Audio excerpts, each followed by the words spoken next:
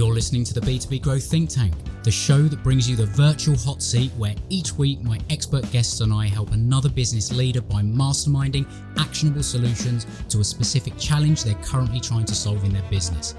So if you're looking for answers to a specific challenge that you're facing, that if you could solve in the next 90 days would have a huge impact on your growth, send it in to thinkttank@thinklikeafish.co.uk and we'll see if we can feature you on the show.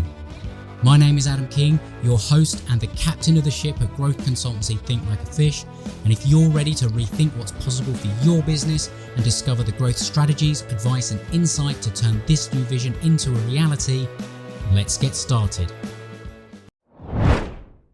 Hey, Adam here, and thanks very much for tuning in. And as you are, I'm going to make the assumption that you are responsible for generating revenue for an established B2B professional service business, and you're looking to grow your revenue. So what I've got for you, you're going to absolutely love, because I've recently released my new revenue multiplier calculator and bonus training, where using this tool and following the training, you'll discover how to uncover the hidden revenue opportunities in your business and be able to systemize your growth using 7 revenue multipliers that can double your business in 12 months or less. So if you want to go and grab your copy, go to thinklikeafish.co.uk/calculator. Now, on to today's episode.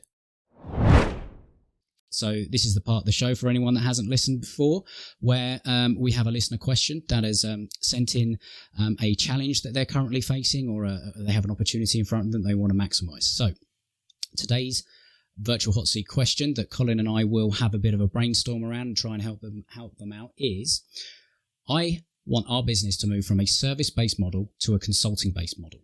Now, the work we've done previously has always been around bringing a solution to a business and implementing it for them. And a big part of the value in offering my service is that these businesses, they don't have the time or desire necessarily to do the work themselves, but they need the result. And I'm a little bit concerned or slightly worried that this may well upset some of the existing clients that we have, and maybe some of our existing team isn't necessarily equipped with the right skill set to make this shift. So do you think this is a good direction to go, or and if you do, is this do you have any advice for making this kind of pivot? So what's the first impression of hearing that? I mean, obviously we don't have the ability to qualify, but when you hear that, because you run a consultancy, did you ever do done for you services for people and then have to do the shift, or has it always been the consultancy model? We've actually been we've always been the consultancy. So we do consultancy and training. 60% of our stuff is consultancy work. But I have to say, the view that we've always taken, and this is this goes back to my experience in corporate life where I was employing consultants, okay, was, and again, you're like this because of the analogy, it's the teaching the man to fish bit, okay? So when I was in corporate life, we used to have all of the big consultancies come in and would come up with all these clever things, and then would want to implement this, would like to do this to us, okay? And I didn't want them to do it to us. I wanted to learn how to do it, okay? So what we did was, and the way that we work is, and one of the differences, go back to what I said before about, being different to other people. One of the things that we do is that when we go into a client, we guide them. We don't implement it for them, okay? And we bring their team members into our team. And part of our selling point is they will work alongside us, and they will gain skills transfer because they're working alongside us. So we can give them, say, like something like journey mapping. We will train them on our journey mapping that looks at those 4 areas: rational, emotional, subconscious, psychological. And we will implement that. We will put them on a training course with us to start off with, but that group of people will work alongside us as we do the journey mapping. Why? Because there's lots of journeys.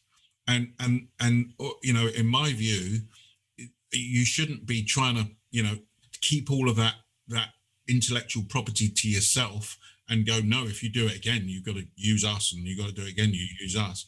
What I think that organizations want to do is they want to bring that knowledge in-house, okay?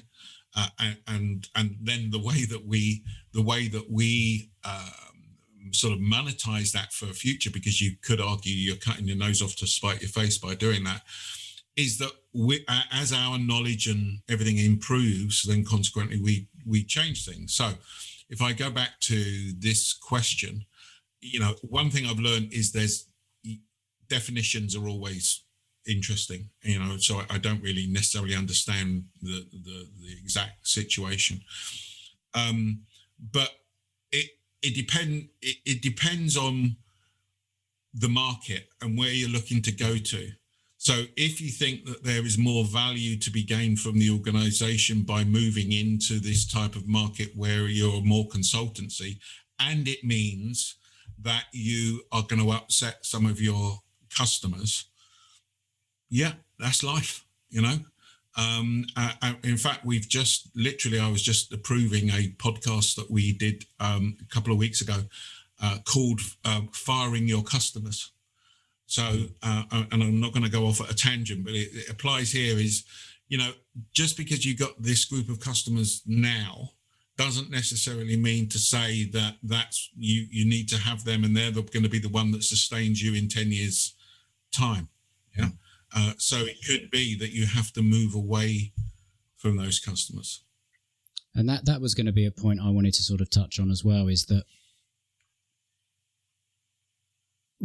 it's almost sort of thinking like what has led, because we obviously don't know, but my sort of mind goes towards what's led to this shift. It could well be that they are having, the only way they can grow is by hiring additional staff, which, impacts margin and all the rest of it. And then you've got the overhead and you have to continue to bring people on and all that kind of thing. So there's a bit of a fear element with rising overhead. You're going to have to keep the pipeline full and keep clients in and all the rest of it. So there's a bit of a fear element in there. But I think that really it's about sort of asking yourself, okay, well, it's a little bit what you've been saying. It's like, what's valuable to you as the company? Like, what's valuable to you as the owner of the business? Like, what do you enjoy doing? And, is the model that you want to shift to going to actually support the way that you want to spend your day for a start? Yeah. And also asking yourself the question of the kind of clients you work with, are these the kind of clients I want to continue working with if they are not going to support my vision for my business? And if not, as you say, c'est la vie. Yeah. It's the way it is. It may well be that you have to shift your target market. It may well be, you're going to have to shift everything. Sure. Because I've personally been through this transition. I sort of left corporate world and started my own thing, was a bit of a consultant doing strategy work for people. And then I became a kind of an agency where we did a lot of the stuff for people. And then I realized I was just a project manager and I didn't want to do that. I actually wanted to be working with people. And I realized that I didn't want to be the single point of failure or have our businesses the center point of failure, because if something happened, they have their oxygen supply cut off. Sure. And I love the way that you said, teach a man to fish, you'll eat for a lifetime.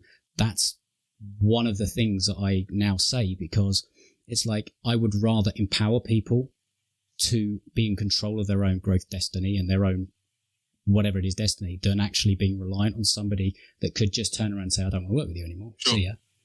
Sure. I mean, it's that sort of thing. So yeah, it could be with this that, it's as simple as the people that you're currently dealing with are the wrong people. The customers you're dealing with are the wrong people. You need to put your prices up. If the customers that you are putting your prices up don't like it, well, maybe they're the wrong customers then. Absolutely, because there's another way to increase and grow and scale. It's by charging them more, and then you free up resources. And if you're putting more resources in, then and this goes back to we all know that running your own business is tough. Okay, you got to make tough choices, and a tough choice could be, actually, I think this market over here is more lucrative and I need to move to this market, which means dropping out this group of customers, and they may not like it and that you may lose some customers. But if you think this market is more lucrative, then go for it. I mean, I think it's a question that obviously we can't answer 100% without the context, but it does have to be a question you answer for yourself at the end of the day. Sure. I think they're at that sort of, go, no go point, and they're, trying to work out whether or not this is the right thing. Ultimately, you're going to need to make that decision for yourself. But then I think practically what you need to do is consider what will the transition look like. Sure. Like, how long do you anticipate that transition actually happening for? You're not going to get it done in a week. I'll tell you that now. Sure. Here's the other question I would ask. Actually, it goes back to that book, Who Moved My Cheese? What would you do if you weren't scared? So the danger is that mixed up in this decision is bloody hell, what happens if I lose all this revenue and everything else, which clearly, but you've got to try to take that emotion out of it and go, well, what would I do if I wasn't scared about this? What's the logical steps that I would take? Love it.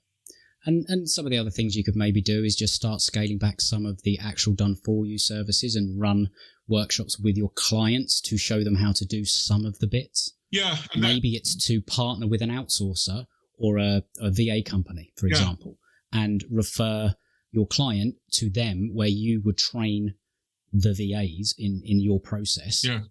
And do it that way. Like there's so many different ways of thinking about it that if you're worried about that side of things, well, the other side of things is if that does become the case, before you make that decision, go and find other people that do something similar to you and say, I'm about to probably fire 80% of my clients. Sure. But I was to pass them your way, that makes me think, as you were reading the question, my immediate reaction was, why is it black and white? Why can't you do both for a period of time? Yeah. It has to be a transition. Yeah. So, it has to be. Yeah. So. Well, I hope that's helped. I think there's some food for thought, but ultimately, I do think it's a decision that you're going to have to make on your own, and you have to be prepared for there to be a transition. And you have to ask yourself, why am I doing this? Really, why am I doing this? And where is the value going to come from as a result of making the decision yes or no? And what would I do if it didn't scare me? I think that is a lovely one to sort of like end on there. So thank you very much for that one, Colin. I do think that there's a lot of things that that person can actually sort of implement and think about. So that's it for this episode. I hope you found it valuable. I hope you got some great ideas that you can take away and apply to your business to help you grow. If you did, please share it with somebody else that might also find this valuable because they will thank you for it. Also, to let you know that I have a podcast gift page where I put a lot of resources that I love to share with my listeners. You can find the links to join the Facebook community there, and you can get my book, The Conversational Relationship Marketing, and the audiobook version, all for free, plus a number of other resources I'll be adding over time on that page. So make sure you head there to thinklikeafish.co.uk/podcast gift, and you can help yourself to the things that make most sense to you. And if you have enjoyed the show, please make sure you're subscribed. You'll get updated as the new episodes come out. And finally, last favor, please consider giving the show your honest rating and review on Apple Podcasts. I read every single one. They mean the world from me. I love hearing from my listeners, and it does help others find the show as well. So if you want to go and do that, I'd really appreciate it. But until next time, have an awesome day, and we'll speak soon.